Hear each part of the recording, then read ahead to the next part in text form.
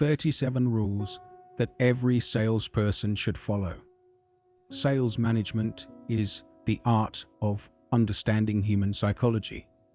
While there are many books and resources written on sales, I will summarize some key points based solely on my own experience and what I consider important. Rule 1. Some salespeople only have a superficial understanding of the product or service they are selling. You must fully understand your product. Rule 2. You should be able to answer from every angle how your product or service adds value to your potential customer and why they should spend money on it. Rule 3. You should be as much of a technical expert on your product as possible. If you can't answer technical questions from the customer, you'll lose their trust. And if technical deficiencies that you weren't even aware of arise after the sale, what will you say? Oops, I know. Rule 4. You must know your competitors, their products, and how they differ from yours by heart. You should understand market segmentation, where each product fits, and the pros and cons of each. Most new products are virtually identical and distinguishing features are becoming scarce. Assume your customer has reviewed all competing products, knows their prices by heart, and will corner you with tough questions. Be ready to answer them all. Rule 5. You should also present your product's weaknesses in a softened manner. Since the customer will bring them up eventually, being the first to acknowledge them will portray you as an honest salesperson and lend credibility to the rest of your presentation. Rule 6. If you are not ready to answer all the questions from the first 5 rules, do not go to the sales meeting alone. Bring a subject matter expert with you. Rule 7. One of the biggest mistakes salespeople make is not listening. A salesperson, too, focused on presenting their product, may overlook the customer's real needs and start explaining irrelevant details, overwhelming the customer. When the customer realizes they're not being listened to, they stop listening as well. Rule 8. When the meeting begins, ask how much time you have and guide the conversation accordingly. If you leave this to the customer, small talk might drag on and you'll run out of time for the main topic. Asking up front about the time lets you manage the flow and politely steer the conversation when needed. You mentioned we have half an hour, so let me quickly explain these features. Rule 9.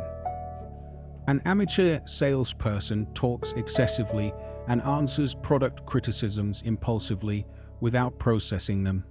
Rule 10. Avoid discussing religion, politics, sexuality, or football with customers. You don't know well, it could unexpectedly backfire. Rule 11. If you find yourself using the comparing a Mercedes to a Fiat cliché to escape a corner, it means you're in trouble. Study better so you can make meaningful comparisons between your product and competitors. Rule 12. The person you're meeting might be a seasoned purchasing professional who has bought similar products many times from different vendors. Don't underestimate their knowledge. Rule 13. The customer may have spoken with your predecessors multiple times. They might know your company's history well and judge you accordingly. Even if you're new, know your company's background and past mistakes, and show that those errors are no longer being made. Also, find out how long the customer has worked at their company and whether they've worked with yours before. Rule 14. The customer may try to demonstrate their expertise in the sector, either openly or subtly, to lower your defenses. Acknowledge their authority instead of trying to prove them wrong. Disagreeing leads to hidden competition, and you'll lose. Instead, build on their comments subtly and steer the conversation elsewhere. Always show respect for their knowledge, even if it contradicts yours.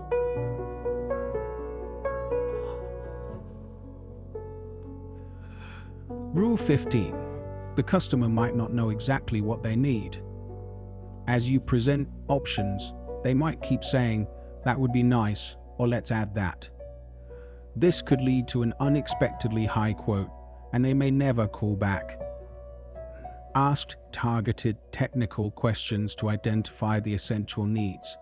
Customers want everything, but when it comes to paying, they call it too expensive. Rule 16. Don't appear overly confident, friendly, or like a know-it-all. On the contrary, presenting yourself as knowledgeable but modest will make the customer lower their guard. If they think you're a master seller, they'll listen with skepticism. Rule 17. Don't get angry or make the customer angry. Don't get tired of repetitive questions. Remember, if they weren't interested, they wouldn't ask. They'd steer the conversation away. Rule 18. Don't let a sales lead go cold by failing to follow up. Anything that waits too long loses momentum. Sales require consistent follow-up. But don't be too hot or too cold, stay warm. Too much persistence makes you look desperate, weakening your bargaining position. Balance is key. Rule 19. Don't force a meeting with a busy customer. It will be unproductive. Let them come back to you. Of course, don't forget to send reminders occasionally. Rule 20.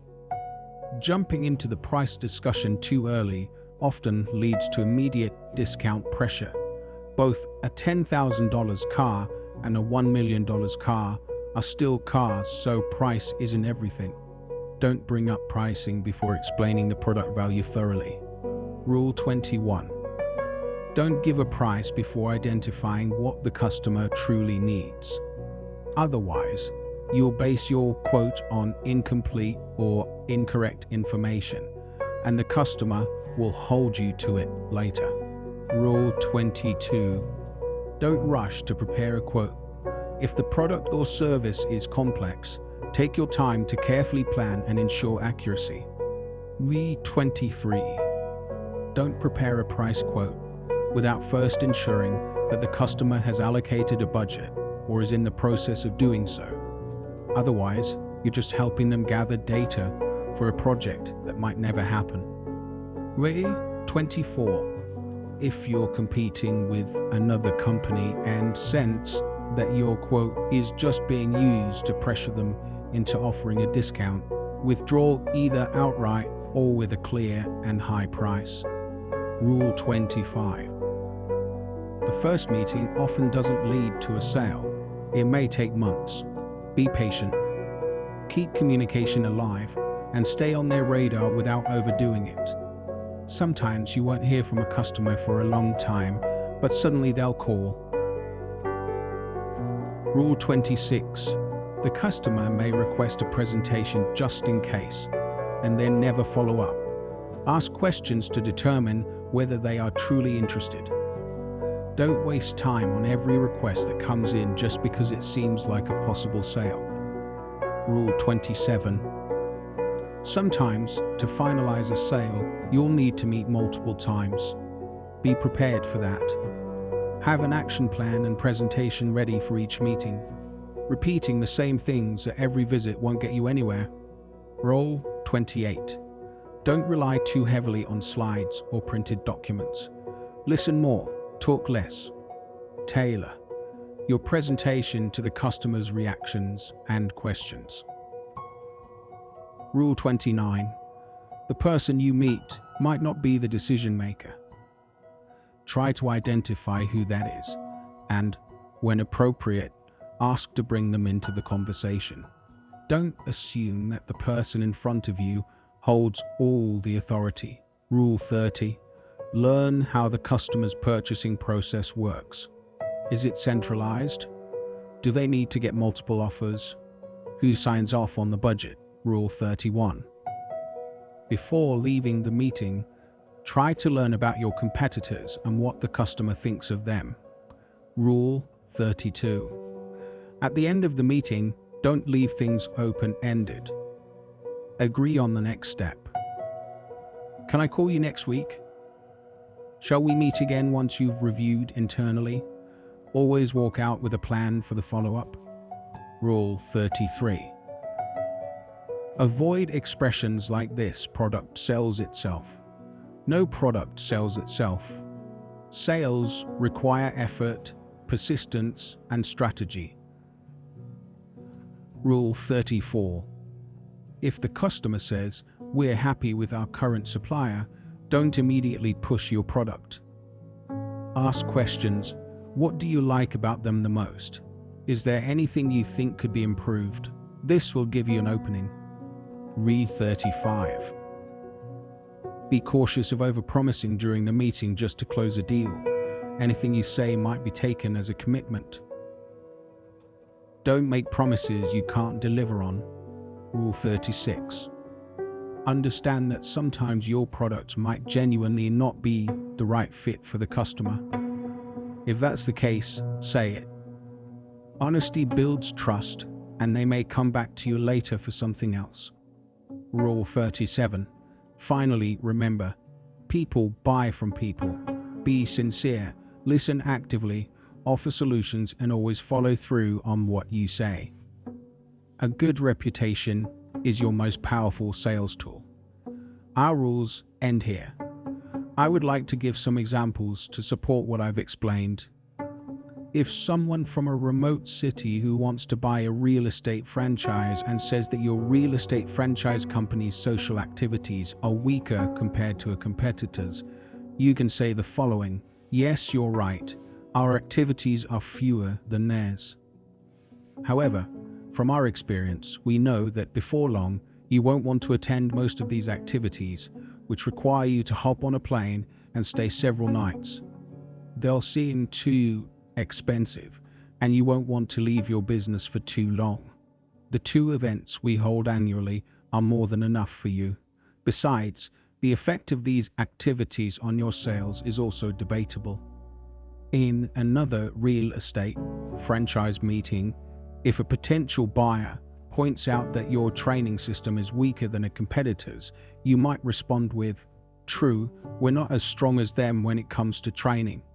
But as you know, training alone doesn't make you successful. Is it really worth paying double what you'd pay us over 5 years just to get slightly better training in the first year?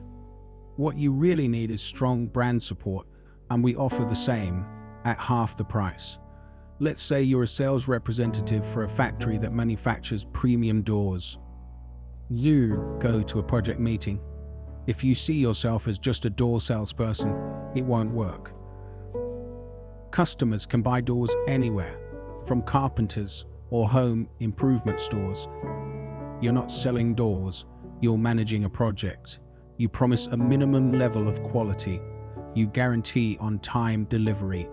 You offer excellent installation service. You provide 1 year after sales service and warranty conditions. You have a global brand behind you. You have customer satisfaction surveys from previous clients. Most importantly, you provide all of this on a large scale, not for 10 doors, but for 10,000.